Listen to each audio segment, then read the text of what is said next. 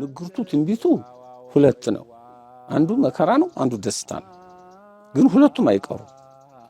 ሁለቱም ደግሞ ሁሉም ይሁኑ ብለን አንደሰትም ነበርኛ። በተለይ መከራውን አንፈልገው እንዲቀር ግን አቅም የለም። መርምያ ማኦስ ነው ምናምን ይላል። ሐሌል ዘለልም እንለዋለን። ብዙ ምልክት አለው። ያው በሚወለደው በእስራኤል ነው፣ በኢየሩሳሌም ነው እና የሚወለደውንም ነግሶ የሚወጣውን ሀገር ሁሉ እናውቀዋለን። በቅፍርናሆም በቤተ ሳይዳ ነው የሚለው። መጀመሪያ ትልቅ በሽታ ይላካል እና አሁን ወደ ክርስቶስ ያልተመለሰ በጣም በደል ያበዛ ማንም ዶክተር ማንም ስፔሻል ማያድነው በሽታ ነው መጨረሻው ነው። ይሄን ስናገር ደግሞ ሰው ጥላቻና ፍርሃት ምን ጥሩ ነገር አያወሩም ይለናል። ጨፍሮ ልበል እንግዲህ እየተጨፈረ ነው። በኖህ ጊዜ ተጨፍሮ ምን ለውጥ መጣ? ውሃ ጥፋት ነው የመጣው። ሄሮድስን ያስገደለች ሄሮድያዳ ዮሐንስን ያስገደለች ዘፈነች፣ ንጉሱን ደስ አሰኘችው። ምን አገኘች? ዮሐንስ ተሰየፈ፣ በጨረሻ ግብፅም ተቀሰፈች። ሄሮድስም ተልቶ ገምቶ ነው የሞተው። ዘፈን ጭፈራ ምናምን በዛ እና አሁን ይህንን ንስሐ አባትም ጳጳሳትም ካህናትም ትኩረት ሰጥተው እናት አባትም በጣም ትኩረት ሰጥተው ጋብ ማድረግ አለባቸው። አሁን ነው በአራቱ ማዕዘን ጦርነቱ እንደሚመጣው ሁሉ በሽታውም እንደዚሁ ይመጣል። እነ ኢቦላ እነ ኤችአይቪ እነ ኮሮና አይነት ሳይሆን በቀን 3 አይነት አቀባበር እስኪቀበር ነው። እንግዲህ ማጠገበው ልንገር ልጅ ጧት የሞቱ ብፁዓን ናቸው፣ ቀባሪ ያገኛሉ በቤተክርስቲያን። እኩል ቀን ላይ የሚሞቱ ትንሽ ይሻላሉ፣ የጎረቤት ቀባሪ ያገኛሉ። ከሰዓት የሚሞቱት ግን ሁሉም በየቤቱ ይሞታል። አረና ማቃብሬ አረ እኔም እኮ ሞቶብኝ ማልቀስ የለም ይደክማል፣ ቀባሪውም ይደክማል። ከደጅ አውጥቶ እንደጣለው ወይ እሱ ራሱ ይሞታል ወይ ቤቱ ሞቶ ይገኛል የሚባለው እውነት ስንናገር ዓለም በ3 መቀጫ ትቀጣለች። ምንድነው ዘላለም ማለት ነው የምታወሩ ምሕረት ሰላም አታወሩም ይሉናል። እኛ አሁን ማዕት እኮ አላወራ አሁን ማዕት አይደለም እያወራለሁ ስለ ወደፊት ምን ነው የሚጣፈንታችን ይህ ትውልድ ነው አይደል? ይሄው ነው የሚጠብቀው። ብዙ በደሎች አሉ። አሁን የሚከውነው ሞት ነው። በቃ መዘጋጀታል ለሞት ሰው ግድ ለጽድቅ ብቻ አይደል ሌላ ሞት የሚዘጋጅ ምን አገባኝ። ለጽድቅ ይዘጋጅ ለኃጢአት ይዘጋጅ አንልም። ሞት ግን ለጽድቅም ለኩነኔ ማማካዩ እሱ ነው። ስትሞት የት ነው ማን የፈጠረኝ? አሁን ምን እያረኩ ነው? አልሞትም ወይ እውነት አልሞትም ወይ ማለት አለበት ሰው። መዓቱ ሳያልፍ ያቺ ደህና ቀን አትመጣም፣ ግን ደርሷል። ሁለተኛው ምጽአት ነው። ምጽአት ዝም ብሎ ቀልድ አይደለም። እያንዳንዱ የሞተው ሰው ምጽአት ደርሶበታል። ራሱ ምጽአቱ የዛን ቀን ነው ለራሱ። ግን ለጠቅላላው ዓለም ግን ዕለተ ምጽአት ትመጣለች። ከሷ በፊት አንድ መዓት አለ። ከሷ የባሰ እሷ ጥሩ ናት። ቀኝና ግራ ያቆማል ነው እንጂ እኮ መንግስትነት ልንወርስ ነው የሚጓጓሉ እሷ የሚፈልጉ። ግን ሐሰተኛው ነቢይ የተባለ አሁን 666 በጋድ አሁን የሚንጸባረቅለት ያውም ገና ሳይወለድ ያውም ገና ሳይነግስ ዝም ብሎ ያን መጽሐፍ አይተው እንጂ እሱ በእኛ አልተወለደም። አሁን አክሱም በ13 መቅደስ ተሰራለች የወርቅ እንደ ድሮ። የግሸን መስቀል ወጥቶ ላይ ዓለም በሙሉ ያየው ሌት ተቀን ያመራል። ያ ኃይል ስላለ ኢትዮጵያን አይረግጣትም። በእውነት ኢትዮጵያ ያን ጊዜ ነው እንግዲህ ዜግነቷ አሁን ብቻ አሁንም በዓለም ጦርነት ጊዜ ወደ ኢትዮጵያ ነው ጉዞ። ወርቁ የኔ ነው፣ ነዳጁ የኔ ነው፣ ምናምን ማዕድኑ አንተ ሀገር ልቀቅ ይሄ ሀገር የኔ ነው የሚል ሁሉ ተሰዶ የመጣ ነው። እዚህ ምድር የተፈጠረ የለም። ከመተማ እስከ ጎንደር ትልቅ ጥርጊያ ይጠረጋል። በዚያን ጊዜ አስመራ እና ኢትዮጵያ ኤርትራ ጦርነት ይከፍታሉ። ብዙ ደም ይፈሳል፣ ብዙ ወጣት ይቀሰፋል። ከዚያ መሃል እንዲያውም ይላል አሁን ፍቃር እየሳውን እንዲያውም አባቶች ምን የነገሩን ነው የቅርብ ባህታውያኖች አንደኛ የዓለም 3ኛው ጦርነት ይፈጸማል። ከሱ በፊት የእርስ በርስ ህዝብ ለህዝብ መንግስት ለመንግስት አለ። ያው ምን ሀገር ጎጥ ገልጬ ዘርዝር ያልዘልቀው ኢትዮጵያ ብቻ አይደለም ሌላውም ዓለም ነው። ግን እንዲህ ነውና ለካ ብሎም ደስ ብሎ መዋጋት ማያስፈልግም። ግን ከዚህ ሁሉ መከራ የሚድኑ የጾሙ የጸለዩ ናቸው ነው መጽሐፉ የሚለው። ሂዶ ግን ክርስቶስ ያሁኑ ዘመን መጨረሻው ያለው ህዝቡም አይመለስልኝም፣ ድንጋይ እንጨት የባህር ተንቀሳቃሾች ሁሉ ድንጋይ ራሱ አፋውታ እስክትጮህብኝ ድረስ መዓቱ ጦርነቱ ይቀጥላል። በዓላቴ ህግጋቴ ከተሻሩ ሰው ህዝቡ በረሃብ በድርቅ በጦርነት ያልቃል። መዓቱ እያደር ሲበዛባቸው እውነት አምላክ አለ እንዴ እውነት ፈጣሪ አለ ብለው እስኪሉ ድረስ ይሰቃያሉ። የሚያሰቃይ ነገር ይመጣል። ኋላ ግን ፊታቸው በሙሉ ወደ እኔ ምልስ ካለና ሁሉን ምገድል ማድን ምሾም ምሽር ምሰጥ ምነሳ እኔ መሆኔን አውቀውት ወደ እኔ ፊታቸውን ቢመልሱ መድኃኒቴ ቅርብ ነው። እኛ ለምንንም አሁን እግዚአብሔር መልስ የማይሰጥበት ሰዓት ነው ያለነው።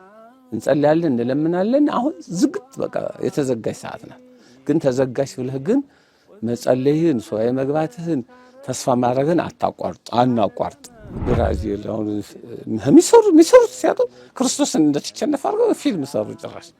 ይህ በጣም ትልቅ ሞኝነትና ጥላቻ መብዛት ስለሆነ ይህን ህዝብ እንዴት አገለ እምነት አስምረዋለህ? አሁን እኛ ብዙዎቹ ዝምታ መርጠዋል። እኔ ግን መጽሐፉም እየጻፍ ስለሆነ ሰውም እንዲተርፍ ስለምፈልግ የራሴን ድርሻ ዝም አልልም ብዬ የምታገለው ነገር አለና የዓለም ሶስተኛው ጦርነት ያለምንም ጥርጥር ደርሷል። ከራሻ ወዲያ እንግዲህ ከእስራኤል ወዲያ ከኢራን ከዚህ ወዲያ እያያችሁት ነው። አሜሪካ ሁሉም ሰልፉ አንዱ ሀገር ሰላም ሊሆን ስለ አንዱ ደግሞ አዲስ ነገር ይዞ ብውግ ይልብሃል። ስለዚህ የሀገራችን ኢትዮጵያ በአራቱ ማዕዘን የዓለምም እንዲሁ አንድ ቀን ግን ከተት ተብላ የ17 ቀን ጦርነት አለች። አሁን እኔ አፍልጫው አይደለም እንዲሆን ፈልጌ አይደለም። ይሄ እንግዲህ ፖለቲካኛ ሚል ለራሱ ቀብጦ ቀረ። አሁን ራሻን ማንጠብቅ አሜሪካን ማንጠብቅ ራሷ ኢትዮጵያ ብዙ ነገር ጠብቀ ዝም ብለን ነው እንጂ የሚያሰጋ ሰዓት ናት ያለችውና አባቶቻችንም ነቢያትም መጽሐፍትም ራሱ ጌታችንን በፍካሬ ኢየሱስ ያለው ደርሷል። ራእየ ዮሐንስን ፍካሬ ኢየሱስን በራሱ ተረጉማሉ የሚል ሰው ግን ተሳስቷል። ትልልቅ ሊቃውንቶች መሄድ የኛ አባቶችም እርስ በርስ መናበብ አለባቸው። ምህረት የሆነውን ዘመን ማዕት ነው፣ ማዕት የሆነውን ምህረት ነው የሚሉ ደግሞ አይግባቡም የኞችም። አሁን ግን በትክክል የማዕቱ ጊዜ እንደሆነ ግን 100% ራሱ ስራው ይነግራል።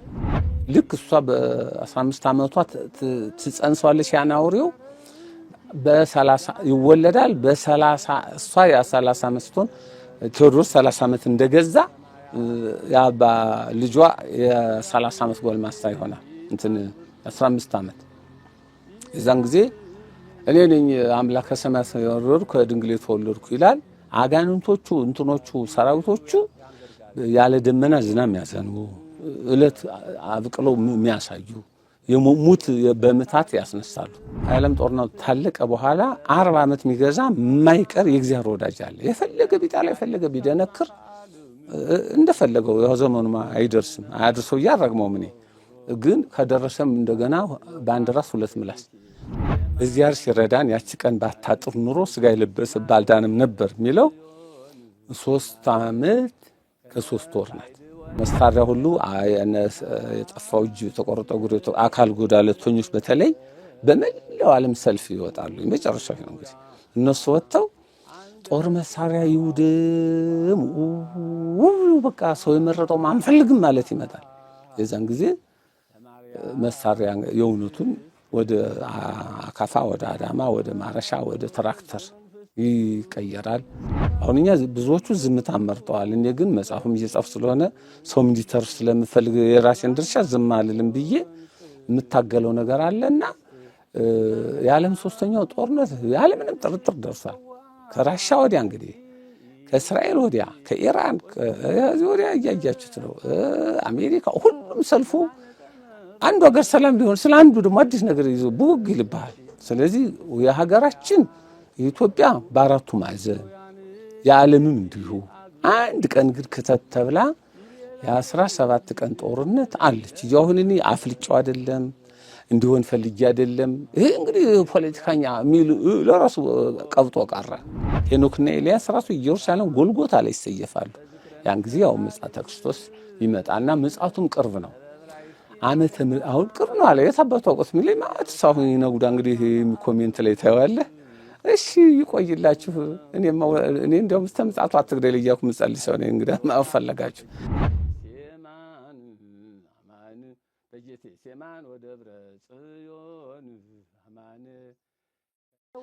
ባህታዊ የመልእክት አለኝ ጥሪ አለኝ እና ማስተላለፍ እፈልጋለሁ ብለውን ነበረ። ምንድነው መልእክቱ? ከማን ለማን የሚተላለፍ መልእክት ነው? ከየት የመጣ መልእክት ነው? የዓለም ሶስተኛው ጦርነት ያለምንም ጥርጥር ደርሷል። ከራሻ ወዲያ እንግዲህ ከእስራኤል ወዲያ ከኢራን ከዚህ ወዲያ እያያችሁት ነው። አሜሪካ ሁሉም ሰልፉ አንዱ ሀገር ሰላም ሊሆን ስለ አንዱ ደግሞ አዲስ ነገር ይዞ ብውግ ይልባል። ስለዚህ የሀገራችን የኢትዮጵያ በአራቱ ማዕዘን የዓለምም እንዲሁ አንድ ቀን ግን ክተት ተብላ የ17 ቀን ጦርነት አለች። አሁን እኔ አፍልጫው አይደለም እንዲሆን ፈልጌ አይደለም። ይሄ እንግዲህ ፖለቲካኛ የሚል ለራሱ ቀብጦ ቀረ። አንደኛ የዓለም ሶስተኛው ጦርነት ይፈጸማል። ከሱ በፊት የእርስ በርስ ህዝብ ለህዝብ መንግስት ለመንግስት አለ። ያው ምን ሀገር ጎጥ ገልጬ ዘርዝሬ ያልዘልቀው ኢትዮጵያ ብቻ አይደለም ሌላውም ዓለም ነው። ግን እንዲህ ነውና ለካ ብሎም ደስ ብሎ መዋጋት ማያስፈልግም። ግን ከዚህ ሁሉ መከራ የሚድኑ የጾሙ የጸለዩ ናቸው ነው መጽሐፉ የሚለው። አሁንም አባቶቻችን አሁንማ ደረሰኮ ነው። አሁን ብዙዎቹ ሲጠየቁ እንዴ ሌላ ጥያቄ አምጡ እንግዲህ ወደ ምን ነው የምትፈልጉ? ተፈጸመ እየተፈጸመ ነው ያለ ነው የሚሉህ። ግን ብዙ ሰዎች ንስሐ እንዲገቡ የእውነትም እንደው ለመቸው ብለን ነው አሁን የሚደረገው ሁሉ ያያለ ይሰማል። ንስሐ እየገባ ሰው ቂም በቀል ነቅሎ እዚያች ቀን እንዲደርስ እንዴት አገን ፈትፍተን እናስተምረው ነው እንጂ ንግርቱ ትንቢቱ ሁለት ነው። አንዱ መከራ ነው፣ አንዱ ደስታ ነው። ግን ሁለቱም አይቀሩ። ሁለቱም ደግሞ ሁሉም ይሁኑ ብለን አንደሰትም ነበርኛ። በተለይ መከራውን አንፈልገውም። እንዲቀር ግን አቅም የለንም። እንደ ነነዌ እንደ ሌሎቹ ጾሙ አገሩ ህዝቡ በተክነቱ በፍቅር ሆኖ ቢጸልይ ረጅሙ ያጥር ነበር። ብዙ ዓመት የተባለው ትንሽ ዓመት፣ ብዙ ወር የነበረው ትንሽ ወር ይሆናልና ብዙዎችን በየስፍራው እየተናገሩት ስለነፈሰ እኔ አሁን የመጽሐፉንም የእውነቱን ስናገር አንዱ ደግሞ ያፈርሰዋል። ሰው የኔንም ስማ ያንም ስማ አንዱን ሳይጨብጥ ዝም ብሎ እንደተቆዘበዘ ጊዜውን ያሳልፈዋል። አሁን እኛ ብዙዎቹ ዝምታ መርጠዋል። እኔ ግን መጽሐፉም እየጻፍ ስለሆነ ሰውም እንዲተርፍ ስለምፈልግ የራሴን ድርሻ ዝም አልልም ብዬ የምታገለው ነገር አለና የዓለም ሶስተኛው ጦርነት ያለምንም ጥርጥር ደርሷል። ከራሻ ወዲያ እንግዲህ ከእስራኤል ወዲያ ከኢራን ከዚህ ወዲያ እያያችሁት ነው። አሜሪካ ሁሉም ሰልፉ አንዱ ሀገር ሰላም ሊሆን ስለ አንዱ ደግሞ አዲስ ነገር ይዞ ብውግ ይልባል። ስለዚህ የሀገራችን የኢትዮጵያ በአራቱ ማዕዘን የዓለምም እንዲሁ አንድ ቀን ግን ክተት ተብላ የ17 ቀን ጦርነት አለች። አሁን እኔ አፍልጫው አይደለም እንዲሆን ፈልጌ አይደለም። ይሄ እንግዲህ ፖለቲካኛ የሚል ለራሱ ቀብጦ ቀረ። ንስሐ የሚገቡ የሚረጋጉ ሰዎች ይገኙ ዘንድ አሁን በትክክል መዓቱ የታዘዘበት ሰዓት፣ እኛ ለምንንም አሁን እግዚአብሔር መልስ የማይሰጥበት ሰዓት ነው ያለነው። እንጸልያለን እንለምናለን። አሁን ዝግት በቃ የተዘጋች ሰዓት ናት። ግን ተዘጋች ብለህ ግን መጸለይህን ሱባኤ መግባትህን ተስፋ ማድረግን አናቋርጥ እና አለ። ይህ ቢያልፍ ግን ይህኛው ካለፈ ግን የአንድ በሬ ሼት የአንዲት ላም ወተት ማለት የአንድ ገበሬ ለሁሉም ይበቃበት ዘመን ይደርሳል ነው የሚባለው። እሱም ንግርት ነው፣ ራእይ ነው፣ በብዙ መስረጃ የቀረበ ነገር ነው እንጂ ሰው የተምታታበት ነው። አሁን ሰው አልተረጋጋም። እኔ እንዲረጋጋ ፈልጋለሁ። ሰው ብትረጋጉ ጥሩ ነው። እንጹም፣ እንጸልይ፣ ሂደቱ ይነግረናል። አሁን በደንብ ደርሷል። በጣም ትልቅ ጥንቃቄ የሚያስፈልግበት ሰዓት ነው።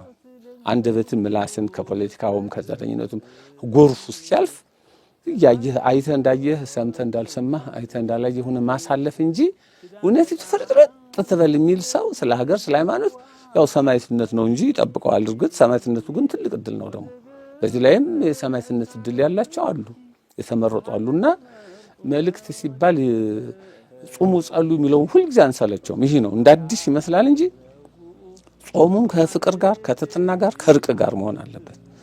ለድሃ መራራት ጋር ከጎረቤት መፋቀር ትንሽ ቶናታውን አልገባው ያለ ሰው ቅርብ ያለውን ነው እንጂ ሩቅ አሁን ራሻን ማንጠብቅ አሜሪካን ማንጠብቅ ራሷ ኢትዮጵያ ብዙ ነገር ጠብቀ ዝም ብለን ነው እንጂ የሚያሰጋ ሰዓት ናት ያለችውና አባቶቻችንም ነቢያትን መጽሐፍትም ራሱ ጌታችንን በፍካሬ ኢየሱስ ያለው ደርሷል። ራእየ ዮሐንስን ፍካሬ ኢየሱስን በራሱ ተረጉማሉ የሚል ሰው ግን ተሳስቷል።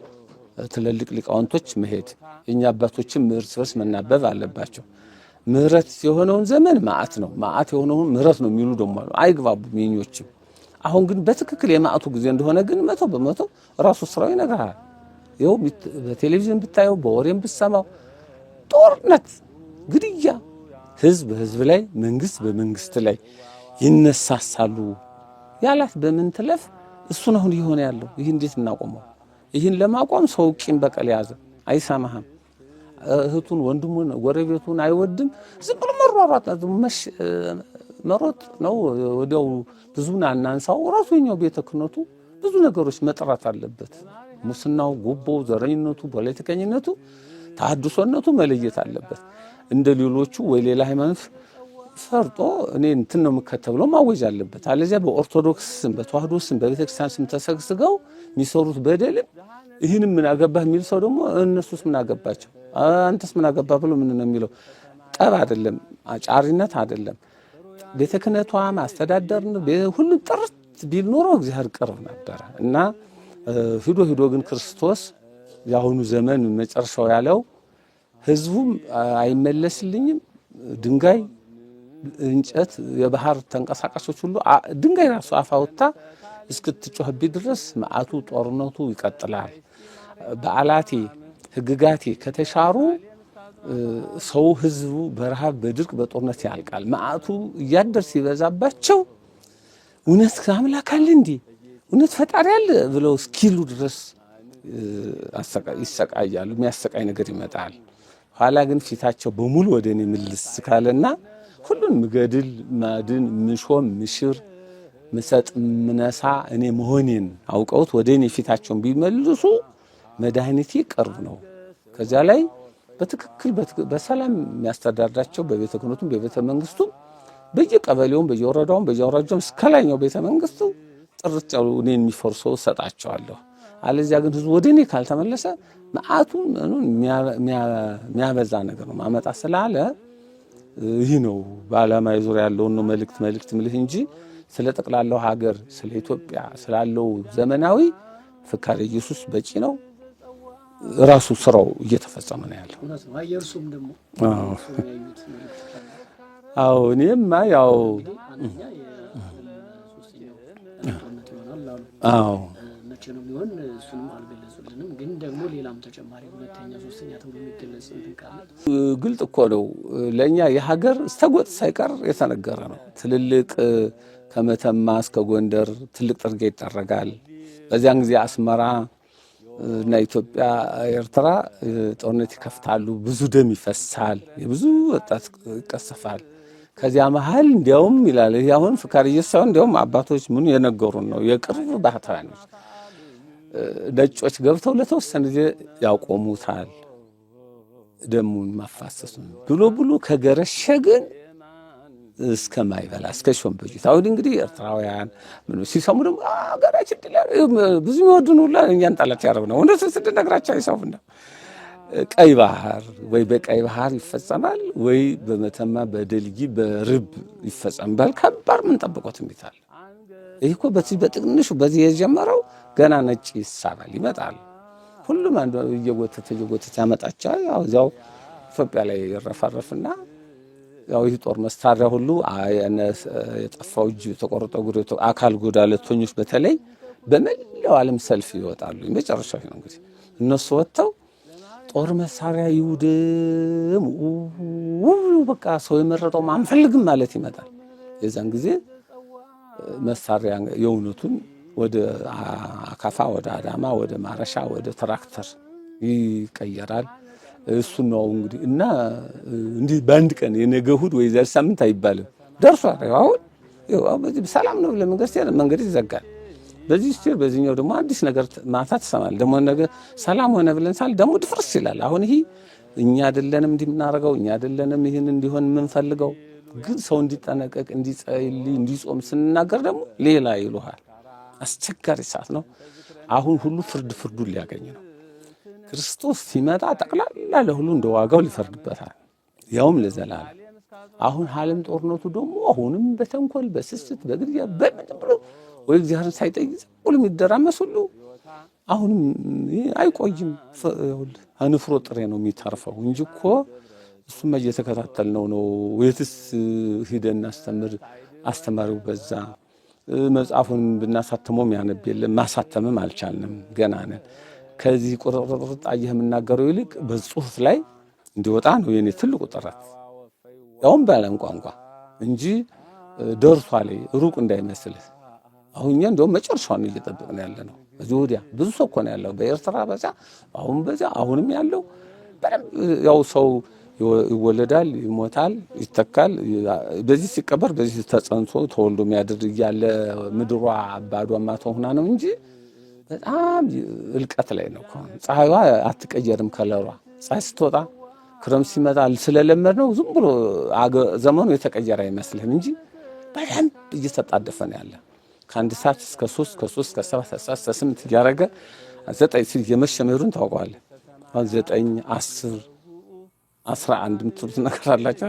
አሁን እንደውም 11 ላይ ነው። 11 ሰዓት እንለዋለን። 11 ሰዓት ላይ ነው። ግድ አንድ ጊዜ እንደ ሰዓት ጉሉ ቢበላው አይደለም። አንዱን ይልና መጨረሻ እኔ ልግዛ የሚል በሙሉ ያው ነው። በቃ አሁን እኮ እግዚአብሔር የጠየቀው የለም እንዳናዝንላቸው፣ ያውም እግዚአብሔርን ለመካድ እግዚአብሔርን ለማስካድ ያው በአሜሪካ ብራዚል አሁን የሚሰሩት ሲያጡ ክርስቶስን እንደተቸነፈ አድርገው ፊልም ሰሩ። ጭራሽ ይህ በጣም ትልቅ ሞኝነትና ጥላቻ መብዛት ስለሆነ ይህን ህዝብ እንዴት አገለምነት ታስምረዋለህ?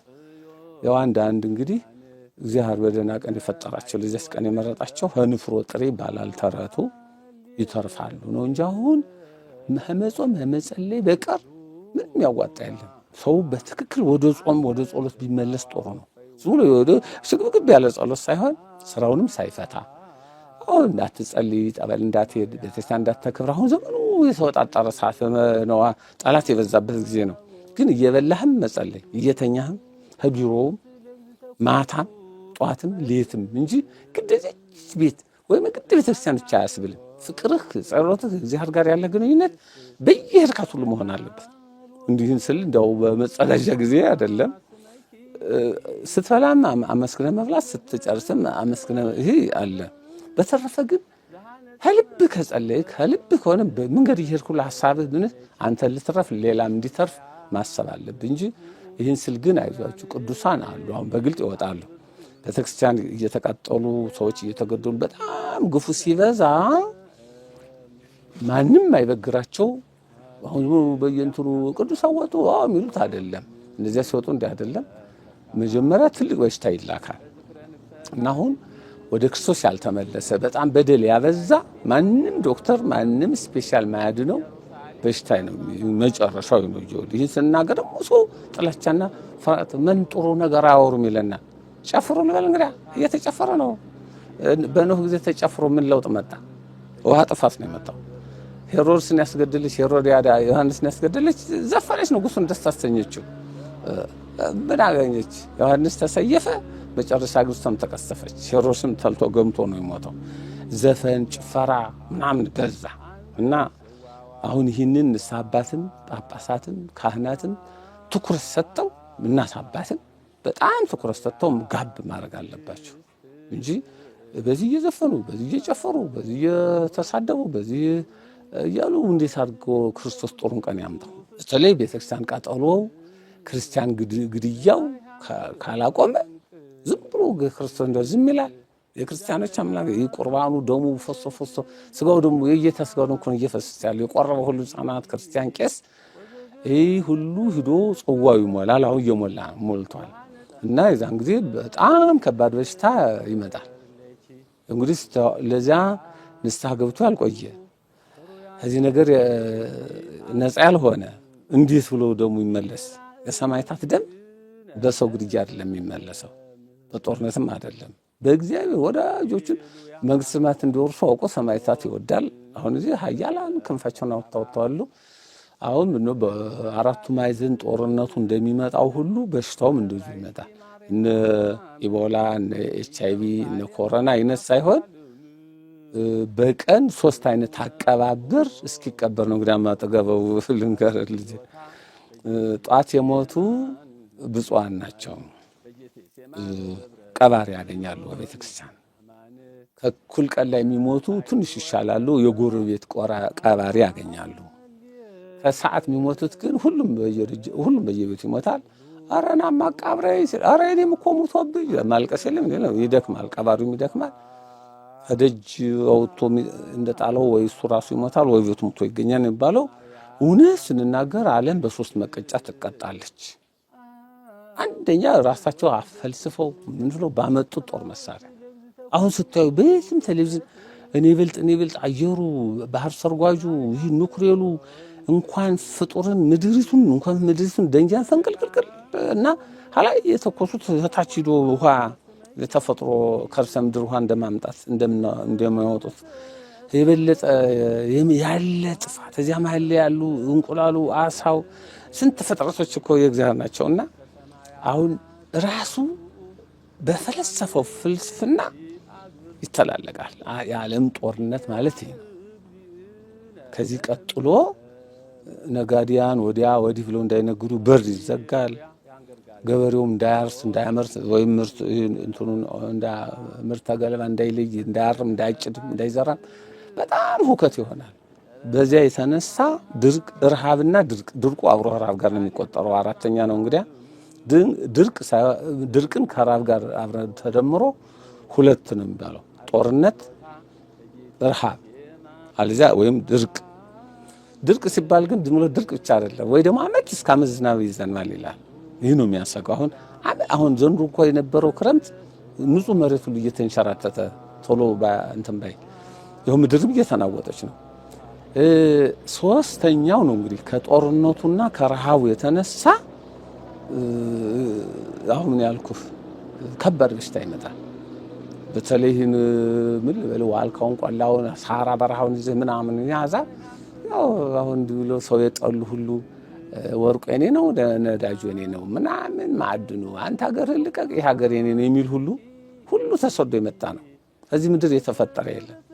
እዚህ ምድር አዳምና ሔዋን ነው መጀመሪያ ኢየሩሳሌም ተፈጠሩ። ኋላ ወደ ገነት ሄደው ነበር። ያ ሰይጣን አውርዶ አመጣቸው። ከዛ የነሱ ዘሮች እየተባዙ እስከ ኖህ ደረሱ። የኖህ ጊዜ ደግሞ አለቁ። እንደሆኑ ዘመን ጥጋብ ነበር። ኖህ 8 ቤተሰብ ብቻ ይዞ ተረፈ። የኖህ ልጆች ያፌት አውሮፓ፣ ሴም እስያ፣ ካም አፍሪካ መጣ። የነዚህ ሶስቱ ትውልድ ነው እስከ አሜሪካ እስከ ህንድ ማነው እስከ አውስትራሊያ እስከ ካናዳ ከአንታርክቲካ ድረስ ተጥለቀለቀ። ፈረንጅ፣ ሀበሻ፣ ጥቁር፣ ነጭ፣ ቀይ እያስባለ ሰይጣን ገባ። ያውም የገዛ ሀገራቸውን ጥቁሮችን ፈረንጆች በጥበብ በአየር በምን እየሄዱ እየገደሉ ብዙ ግፍ ሰሩ። ያውም መቃጠል ጀምረዋል። ገና የዛ ሁላ ደም ገና አልተመለሰም። የሰው ሀገር ወሮ ደግሞ መልሶ እዚያ ሀገር የተረፉትም እስካሁን ድረስ ጠላት ያደርጓቸዋል። እዚሁም እንዲሁ እያንዳንዱ እየተባዛ ምድር ልጅ ስትወልድ ወደ ትድራታለህ። ያቺ ደግሞ ልጅ ታያለ እንዲህ ከአስመራ ወደ ትግሬ፣ ከትግሬ ወደ ጎንደር፣ ከጎንደር ወደ ጎጃም፣ ከጎጃም ወደ ወሎ፣ ወደ ሸዋ፣ ከሸዋ ወደ ባሌ ጎባ፣ ወደ ጅማ እንዲህ እየተስፋፋህ ነው የሚኬድ እንጂ አላወቀም። ብዙ በደሎች አሉ። አሁን የሚከውነው ሞት ነው። በቃ መዘጋጀታል ለሞት ሰው ግድ ለጽድቅ ብቻ አይደል። ሌላ ሞት የሚዘጋጅ ምን አገባኝ። ለጽድቅ ይዘጋጅ ለኃጢአት ይዘጋጅ አንልም። ሞት ግን ለጽድቅም ለኩነኔ ማማካዩ እሱ ነው። ስትሞት የት ነው ማን የፈጠረኝ? አሁን ምን እያረኩ ነው? አልሞትም ወይ?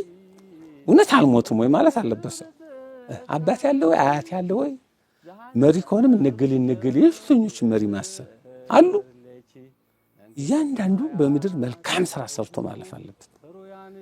አለዚያ ለራሱ ነፃ መሆን አለበት። እኛው ብዙ መልካም ስራ አልሰራንም፣ ግን ለራሳችን ነፃ ነን።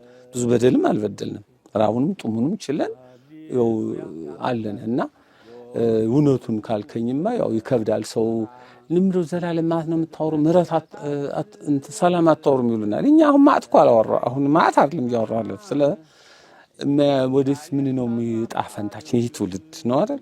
ይሄው ነው የሚጠብቀው። እዚህ ለመዳን ያው መደጋገም ይሆናል እንጂ ቅድም እንዳልኩት ነው ወደ እግዚአብሔር እንመለስ፣ ወደ እውነት እንመለስ። በእምነትም ቢሆን ብዙ እምነት የለም። እኩልነት ነው፣ መቻቻል ነው፣ መብት ነው የሚባሉ ዝም ብሎ ጊዜ ማቃጠያ።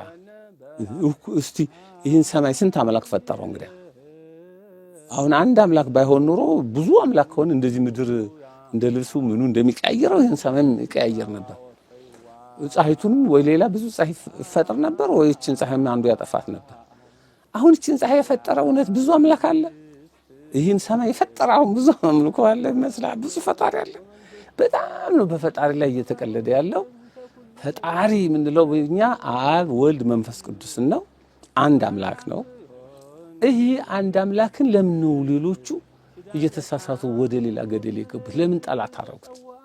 እና በዝናብ አብቅሎ በፀሐይ አብስሎ በነፋስ ለይቶ የሚመገበን መጋቢ ሁሉ እንለዋለን። ሰራኤ ሁሉ ወመጋቢ ዓለም ሁሉ የፈጠረ ሁሉን የሚመግብ እያልን ብናመሰግነው በጋና ክረምቱን እያፈራረቀ ሰላም እያደረገ ይሰጠን ነበር። ወደ ፈጣሪ ወደ እናቱ ወደ ቅድስት ድንግል ማርያም አልዞር አለ ሰው።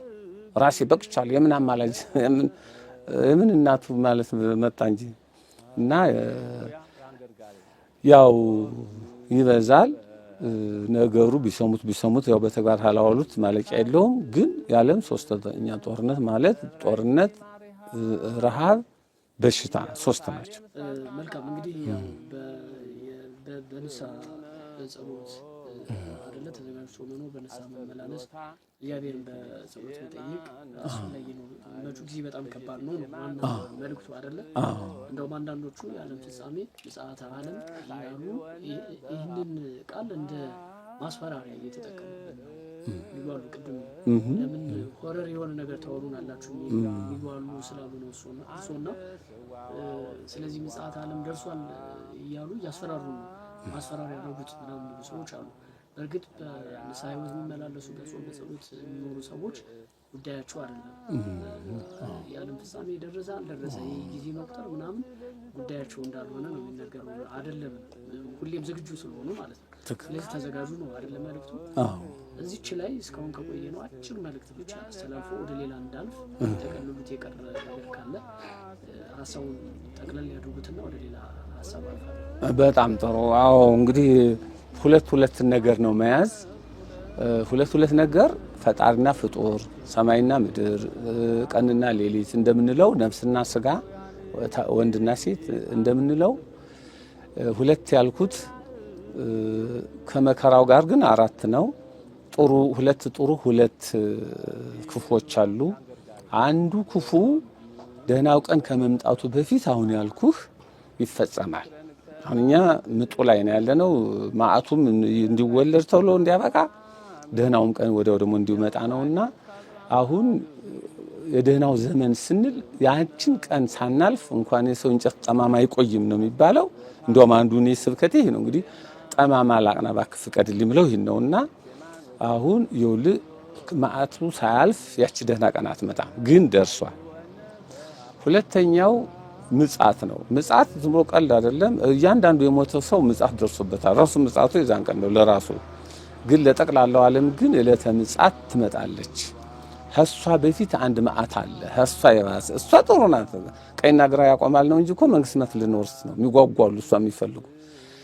ግን ሐሰተኛው ነቢይ የተባለ አሁን 666 በጋድ አሁን የሚንጸባረቅለት ያውም ገና ሳይወለድ ያውም ገና ሳይነግስ ዝም ብሎ ያን መጽሐፍ አይተው እንጂ እሱ በእኛ አልተወለደም። አሁን ገና ደህናው ቀን ሲመጣ ነው እናቱ ምናልባት ደህናው ቀን ቀርቦ ከሆነ እናቱ ተወልዳ ትሆናለች።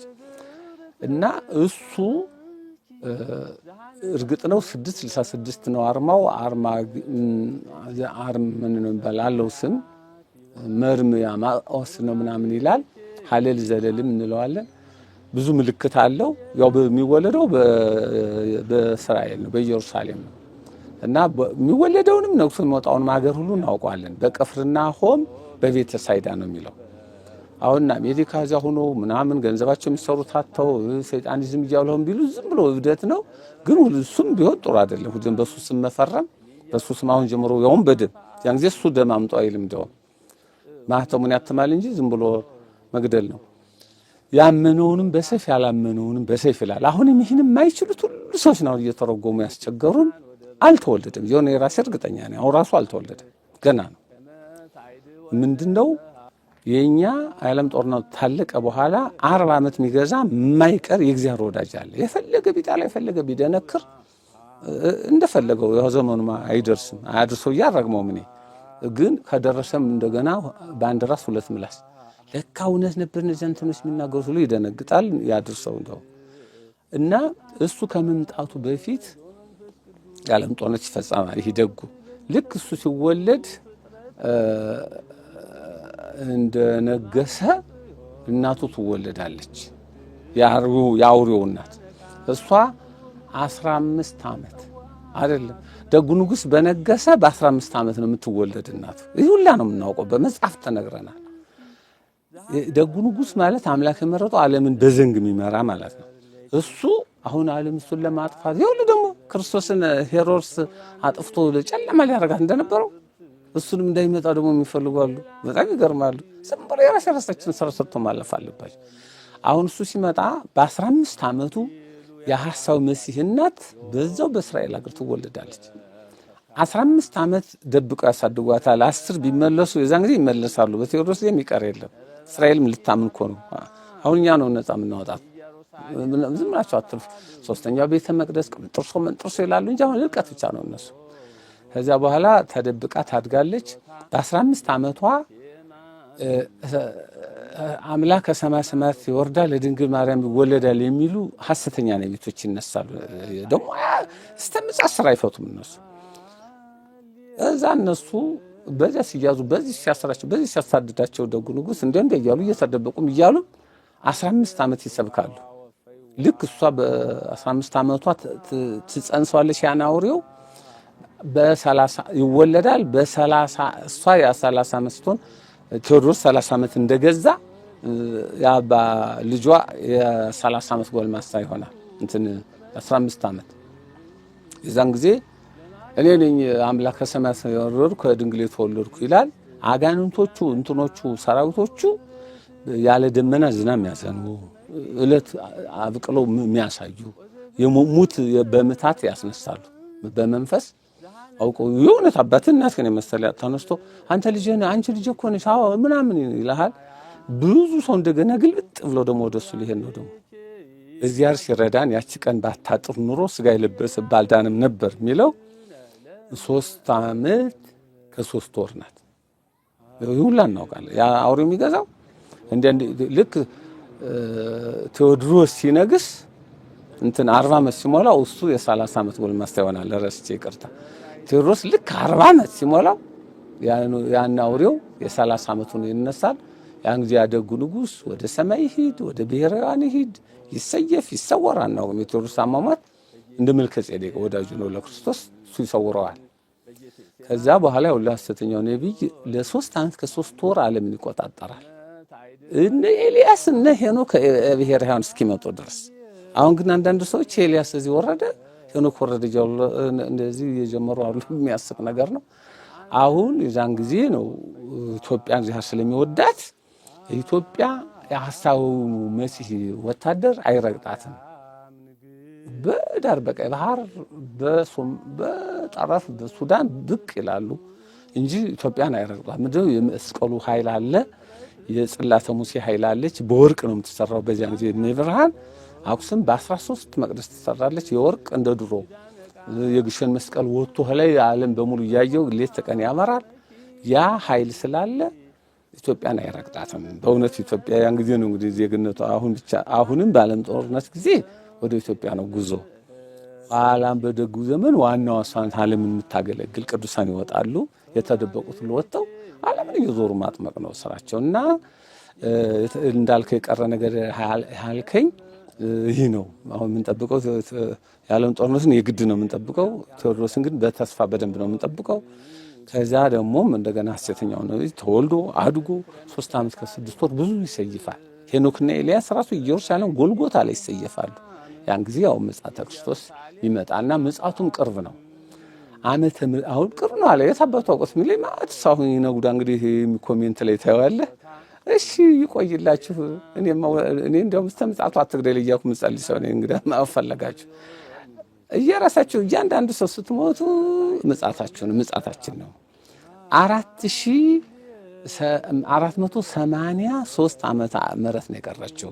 ከዚህ መሃል ይህ ጎግ ማጎግ ከመጣ ቴዲ ከመጣ ምጽአት ቅርብ ነው እንጂ እኛ ብዙም እንደገና ዓለም መልሶ ጌታ 10 ሺህ ብሎ ምን ነው በፈጠራት ግን 7000 ነበረች እንደውም ነው የሚሉ ብዙ አባቶች። 8ኛው ለጣር ነው የሆነ እያሉ ያወራሉ እና ይገርመኛል። 8ኛው ሺህ ነው አሁን 9ኛው ሺህ ብለው ፊልሙ እንኳን ለማስተማር ነው። ግን ብዙ ሰዎች 3ኛው ሺህ እያሉ ሲያወሩ ይገርመኛል። 3000 የሚሞላ ዘመን የለም። 2517 ነን። ልክ 480 ስትፈጸም 800 ያልቃል። ከዛ ወዲያ ሞኝ እንዳይሆን ሰው ፎቁን ይስሩ ይክበሩ፣ አብሉ ያጠጡ፣ ስሩ አብሉ አጠጡ፣ አትስሩ እኮ አላለም እና ይህን ይመስላል ልጄ። ለግዝተ ኩሉ ፍጥረት ለማርያም ጽዮን ቅድስት ኪዳነ ቃል ወምህረት ዘጸዋ ስመኪ